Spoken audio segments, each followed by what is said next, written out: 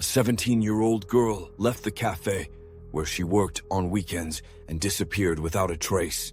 Police began to uncover disturbing evidence that led them to believe something truly terrible had happened to her. From the very beginning, this case became the main news story in Sweden. Over 1,000 people joined the search, making it the largest in the country's history. When the tragic truth finally came to light, people were shocked by how such a thing could happen. Lisa Holm was born on February 7th, 1998, in the small Swedish town of Skövde. It was a quiet, peaceful place where she lived with her parents and older sister. Lisa was a kind, positive, and ambitious young woman. Even before finishing school, she had already decided she wanted to move to Australia to study architecture. She and her family traveled frequently, allowing her to see many different countries. Lisa was also very independent. From a young age, she took on part-time jobs to earn her own money. As the summer of 2019 approached, when Lisa was 17, she landed her first serious job at a cafe about 40 minutes from her home. For the first few weeks, her parents drove her there, but soon her father bought her a scooter. Lisa had a license for this type of vehicle, but she would need to wait until she turned 18 to drive a car. She was thrilled with the gift because it meant she could commute to work on her own.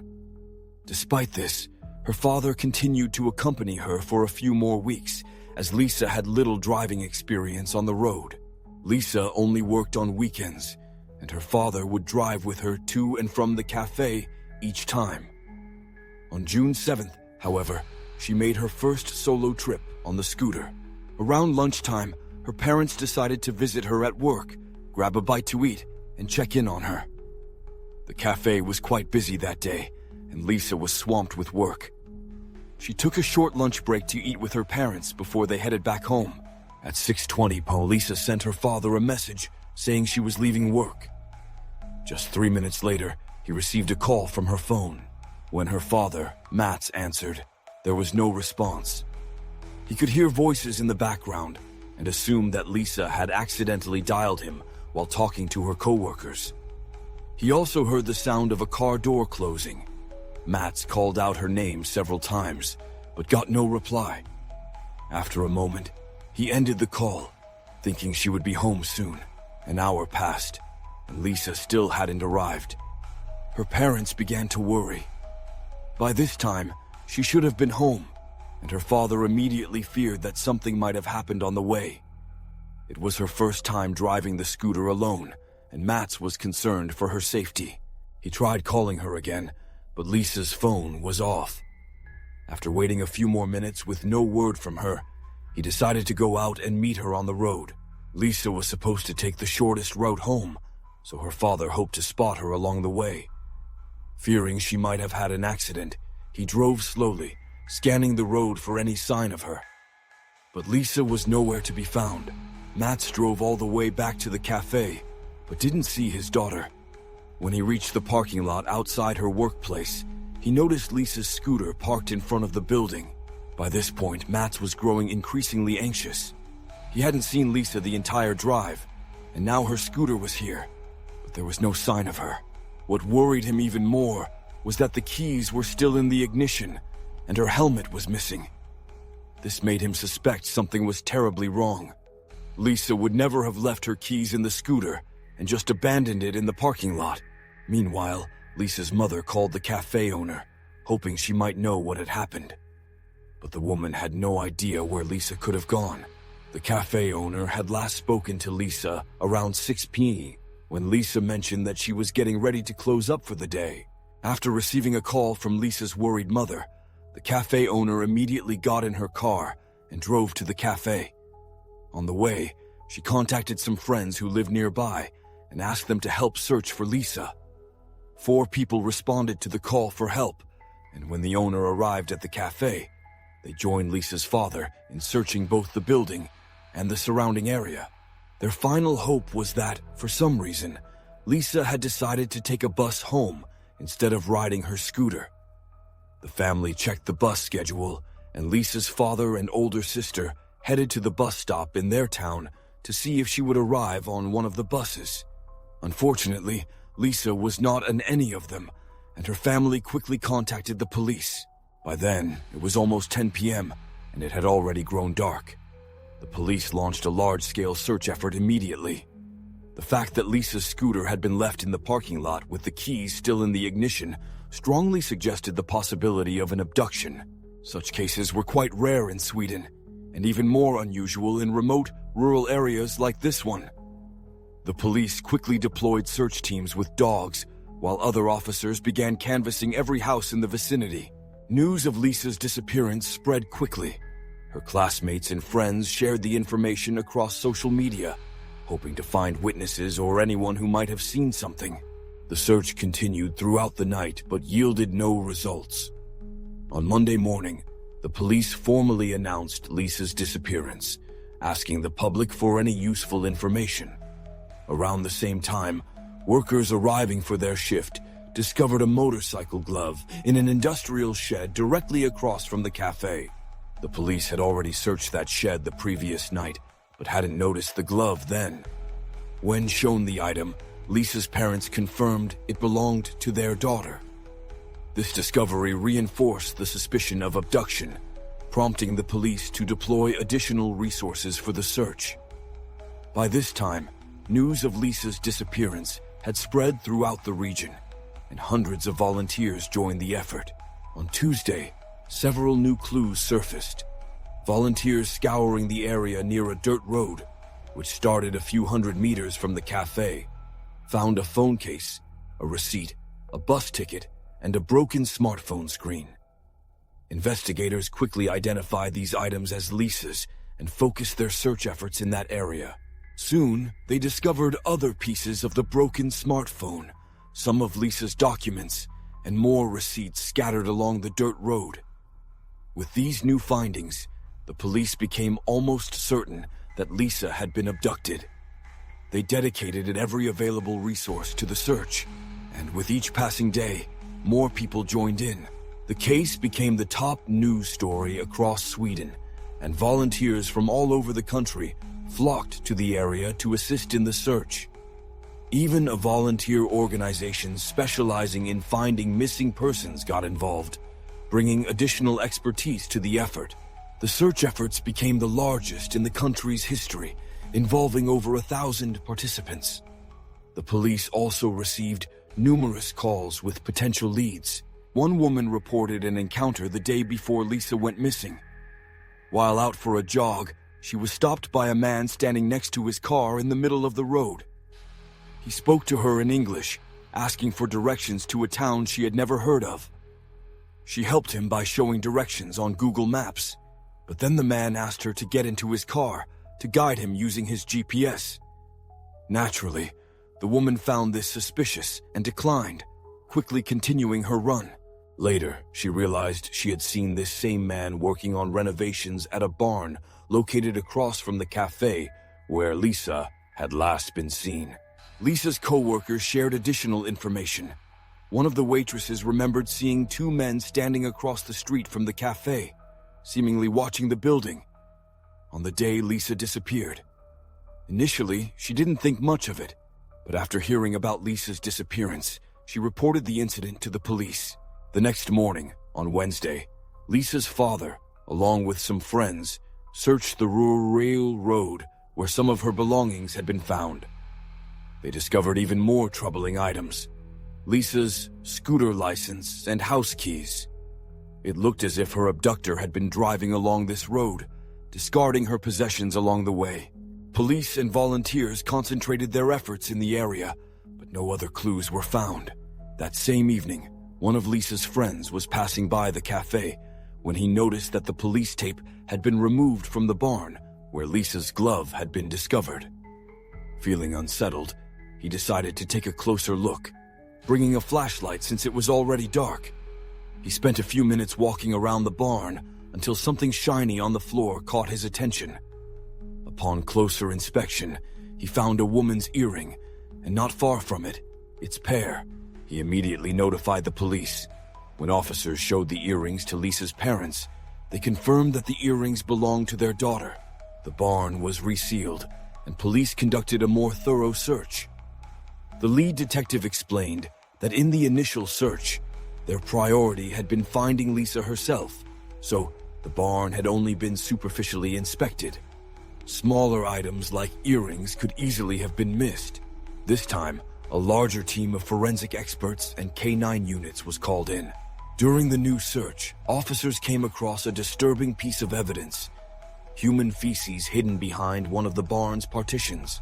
At first glance, the discovery didn't seem connected to the case.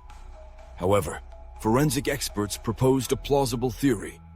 They explained that during the commission of violent crimes, perpetrators often experience a surge of adrenaline, which can trigger involuntary physical reactions.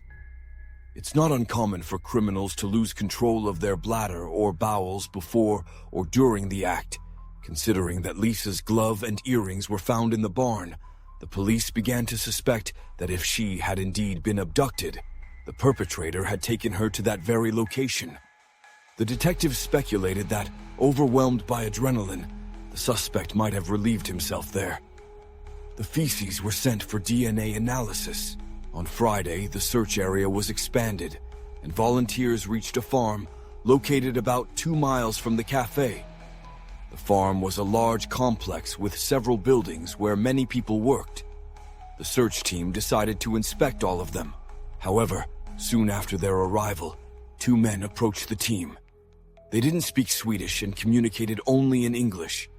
One of them claimed that the police had already searched the farm. The search team leader was skeptical, thinking he would have been informed of that. So, they continued the search. The 2 men lingered around the area, observing the volunteers before eventually leaving. About an hour later, searchers found a pile of branches behind a thicket, under which they discovered a motorcycle helmet, a jacket, and a pair of headphones. The police were immediately called to the scene and confirmed that the items belonged to Lisa. Investigators deployed forensic experts to the farm for a more detailed search and took note of the 2 suspicious men who had tried to dissuade the volunteers from searching the property. The police remembered a previous tip about a man speaking English, reported by the woman jogger, and began to suspect a connection. Early on in the investigation, the police had canvassed the area around the cafe and learned that 2 brothers from Lithuania, along with one of their wives, lived nearby. None of them spoke Swedish and communicated in English, making them stand out as the only non-Swedish speakers in the area. The brothers had been working in the barn across from the cafe and were familiar with the surrounding buildings and terrain. The country road where Lisa's belongings were found led directly to their home. With no other significant suspects, the police decided to bring in the brothers for questioning. As officers were on their way in to pick them up, forensic teams continued searching the farm. Their attention was drawn to an old trailer overgrown with tall grass that looked like it hadn't been used in years. However, the grass near the trailer door was flattened, as if something had recently been placed or moved. Some of the grass had even been caught in the door, suggesting it had been opened not long ago. When the forensic team opened the trailer door, they were immediately hit by the stench of decomposition. Inside, they found a row of lockers, likely once used as a changing room for workers. All the lockers were locked, except one. The team suspected Lisa's body might be hidden inside.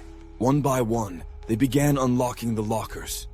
In the open one, under a pile of old clothes and rags, they found Lisa's body. Though the lockers were small, the killer had managed to forcefully conceal her inside. Lisa's hands were bound with rope, and her head was wrapped tightly in duct tape. Her pants had been pulled down, and her shirt was lifted up. Medical examiners later confirmed that Lisa had died from strangulation. No signs of assault were found on the victim's body, and all of her clothing was carefully examined by forensic experts. Meanwhile, the news of the body's discovery spread rapidly across the country. For an entire week, the disappearance of the 17-year-old girl dominated headlines in Sweden. When the public learned that Lisa had been brutally murdered, the story captivated the entire nation. Crimes of this nature were incredibly rare in Sweden, and people were shocked that someone could commit such an atrocity. On the day her body was found, something strange and unsettling happened. Users on YouTube discovered a video that had been posted 13 days before Lisa's murder.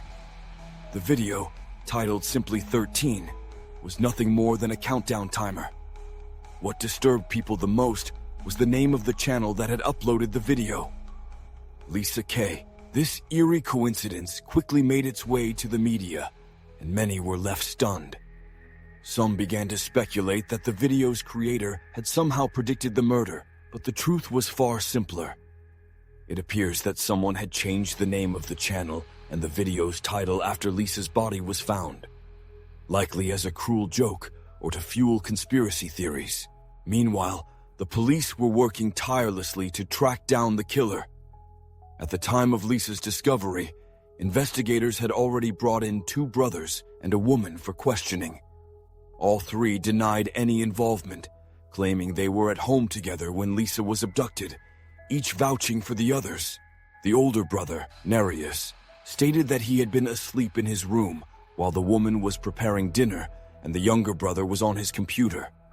He added that around 8 p.m., he woke up and drove to a gas station to buy pizza and cigarettes. The police were skeptical of their alibi, suspecting that the 3 might be covering for one another. DNA samples were taken from all of them, but investigators still didn't have any solid evidence linking them to the murder. However, that didn't last long. Forensic experts were working around the clock at the barn and farm, using every available resource. Soon, they made a breakthrough. Inside the barn, which was located across from a café, there was a small office-like room with a large window that directly overlooked the café. This room became a key focus in the investigation. Forensic experts discovered 15 traces of male DNA, semen, on the walls and floor near the window, suggesting that a man had stood there, watching the café's workers, one of whom was Lisa, and had engaged in self-gratification. The DNA samples were rushed to a lab, and within a short time, a profile was extracted. All 17 samples matched the DNA of the older brother, 35-year-old Nereus. Additionally, fecal matter found in the barn also belonged to him. In another room adjacent to the office, which had once been used to store cow's milk, investigators found a pipe about 2 meters off the ground. The pipe was covered in a thick layer of dust, except for a small area that appeared to have been recently disturbed. The size of the cleared strip matched the rope that had been wrapped around Lisa's neck. Blood found on the pipe was tested, and the DNA matched Lisa's. Below the pipe, investigators found a piece of rope identical to the one used in the murder, containing 2 DNA profiles, Lisa's and Nereus. This was the police's first solid lead. The man had clearly interacted with the rope that was used to kill the young woman. Additionally, a strand of Lisa's hair was found on the floor of the room. Another crucial piece of evidence came from her jacket. DNA traces belonging to the suspect were discovered on it. Based on the available information, the police concluded that she had been murdered in this location. They were able to piece together a rough timeline of the events. According to their theory, the suspect had been watching Lisa for a while. When she was left alone in the parking lot, he drove up to her in his car. Next, based on the statement of a jogger who had witnessed part of the encounter, the man may have asked Lisa for directions to a nearby town. After that, it's possible he persuaded her to get into his car to input the route into the GP. Considering Lisa was known as a kind and helpful person, she might have agreed. Once she was inside, the suspect likely overpowered her and drove to a remote location. There, he tied the rope around her neck and suspended her from a pipe. Experts believe that this sight excited the suspect so much that, armed to the rush of adrenaline, he lost control and ejaculated on the floor.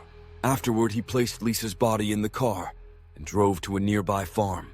Along the way, he discarded her belongings out of the car window. At the farm, he hid her body in a trailer's locker, covering it with old clothes that were lying around. From the moment of her abduction to the disposal of her body, the entire crime took less than an hour. Despite the overwhelming evidence, the suspect continued to maintain his innocence. His wife and younger brother were released as there was no solid evidence against them. Upon release, they immediately fled Sweden and returned to their homeland in Lithuania. The preparation for the trial was intense. The suspect claimed he had worked at a bar in the area for a long time. His DNA could have ended up at the crime scene as a result of his job. He also provided an alibi, corroborated by his wife and brother. While the credibility of these sources was seriously questioned in court, it undoubtedly worked in the suspect's favor. However, the presence of his DNA on the victim's clothing could only be explained by direct contact with her. Additionally, the police found witnesses who had seen his car near the cafe shortly before Lisa's abduction, as well as after it. According to these witnesses, the car had been spotted multiple times driving along the road between the cafe and the farm during the exact time when Nerevis claimed he was sleeping at home. For months after Lisa's body was discovered, forensic experts continued to examine the evidence, utilizing the most advanced laboratories available. Eventually, they managed to find traces of Nerevis' DNA on almost all of Lisa's clothing, including the inside of her undergarments. Given that the entire country was still following the case, investigators kept searching for any additional useful evidence that could impact the trial. They even traveled to Lithuania to question the suspect's wife and brother again. The wife continued to insist that Nerevis hadn't left the house between 6 and 8 p.m. However, when it came time to question the younger brother, the police finally got the breakthrough they needed. After detectives explained all the evidence against his brother and detailed the gruesome acts he had committed against the 17-year-old girl, the younger brother decided to confess. He revealed that Nerevis had actually been away from home that evening, returning only around 7:30 p.m. He was covered in dirt and immediately threw his clothes into the washing machine. When the police began questioning local residents and reached their house, Nerevis whispered to his brother, "Tell them I was home the whole time." The younger brother explained that Nerevis feared being falsely accused of someone else's crime because of his record and the fact that he didn't have an alibi during the time of the abduction. The brother had truly believed his sibling was innocent, but after seeing all the evidence, he realized how gravely mistaken he had been. Lisa's funeral took place a month after her murder. The church where the service was held could only hold about 130 people. However, many more people came to pay their respects, so the organizers set up benches and large screens outside to allow everyone to watch the ceremony. The trial began 4 months after the murder, once again capturing the attention of the entire country. Everyone involved in the trial was under immense pressure. None of them could afford to make a mistake. Nerevis' defense attorney. The defense argued that their client's DNA could have ended up on the victim's clothing because he worked in the barn where the crime took place. However, the prosecution countered, stating that this explanation made no sense, especially when it came to the victim's underwear. The only plausible way the suspect's DNA could have been found there was if he had directly touched the victim's underwear. The defense offered no other convincing explanations.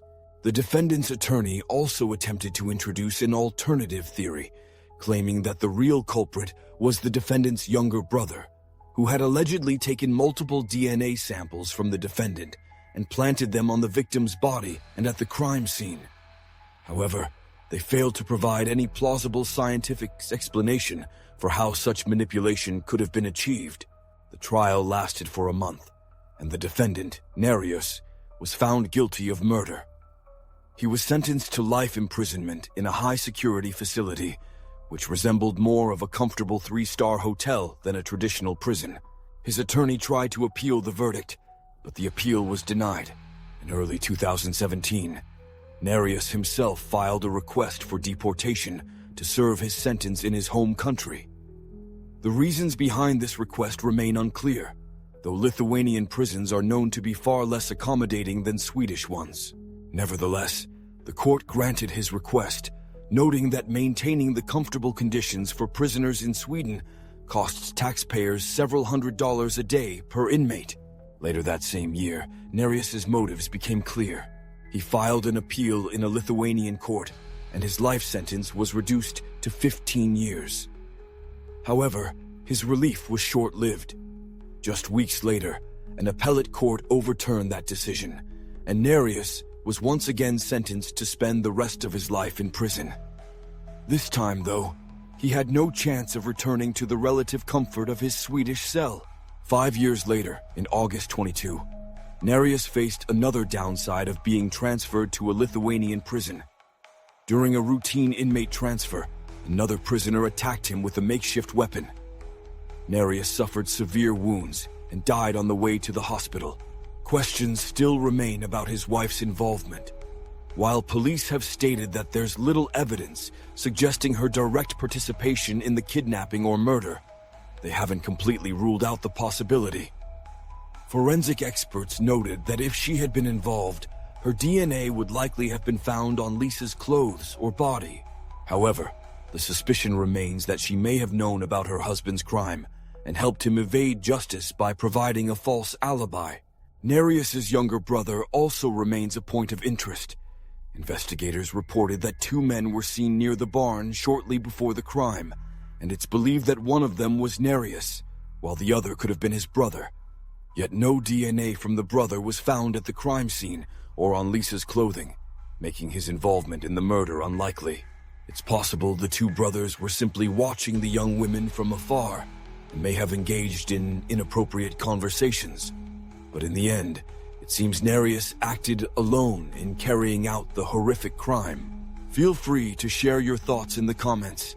And don't forget to like this video if you found it interesting. Thanks for watching.